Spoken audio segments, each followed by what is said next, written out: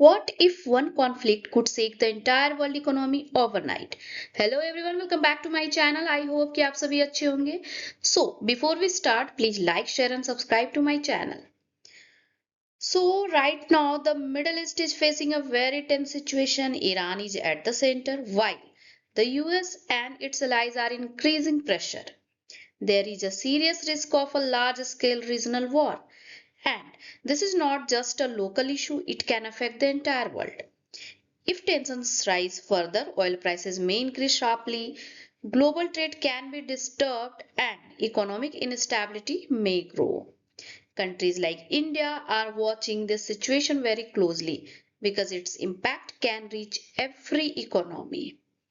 So, this is not just news, this is a situation that can impact all of us. Now let's focus on a key development. A 15-point proposal has reportedly been sent to Iran. However, it was not delivered directly by the US.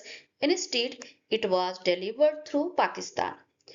So, the question is why Pakistan? Because Pakistan maintains diplomatic ties with both Washington and Tehran, making it a reliable and neutral channel for communication. When direct talks become difficult, such intermediaries play a crucial role.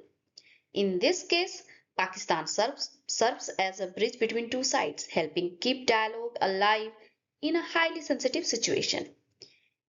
In high stakes diplomacy, sometimes the messenger is just as important as the message.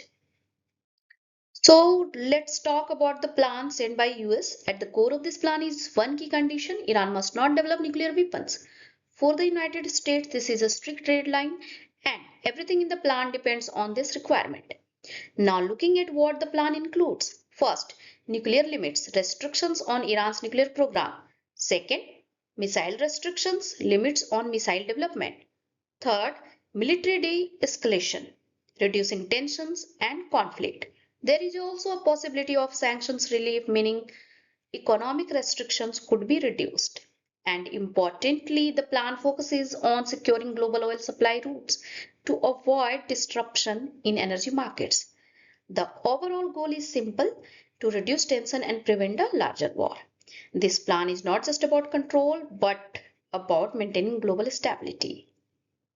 Now let's understand Iran's position. Iran is clearly not convinced. There is a strong hesitation and deep distrust toward US intentions. From their perspective, this plan feels more like pressure than a genuine peace effort. Iran has publicly denied any real negotiations and even claimed that the US each negotiating with itself. This shows a clear gap between what is being claimed and what is being accepted. The conflict is still ongoing even while diplomatic efforts continue, military tensions have not stopped. This creates a dual situation. Talks are happening in the background while conflict continues on the ground. On one side, there are back channel negotiations and proposals. On the other, rising military pressure increasing the risk of a wider war. This is a complex situation where diplomacy exists but trust does not, making peace possible yet highly uncertain. Now let's look at the bigger picture, the role of global players. This situation is like a global chess game where every move is being closely watched. Countries like China, Russia, and European nations are not directly involved, but they are carefully monitoring and reacting to every development. Each of these powers has its own strategic interests, which makes the situation even more complex. Recent developments suggest that major powers are pushing for controlled de escalation, while also protecting their economic and geopolitical interests, especially energy security and trade routes.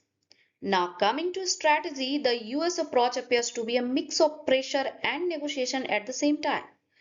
And Pakistan's involvement highlights how regional players can act as key intermediaries in global diplomacy.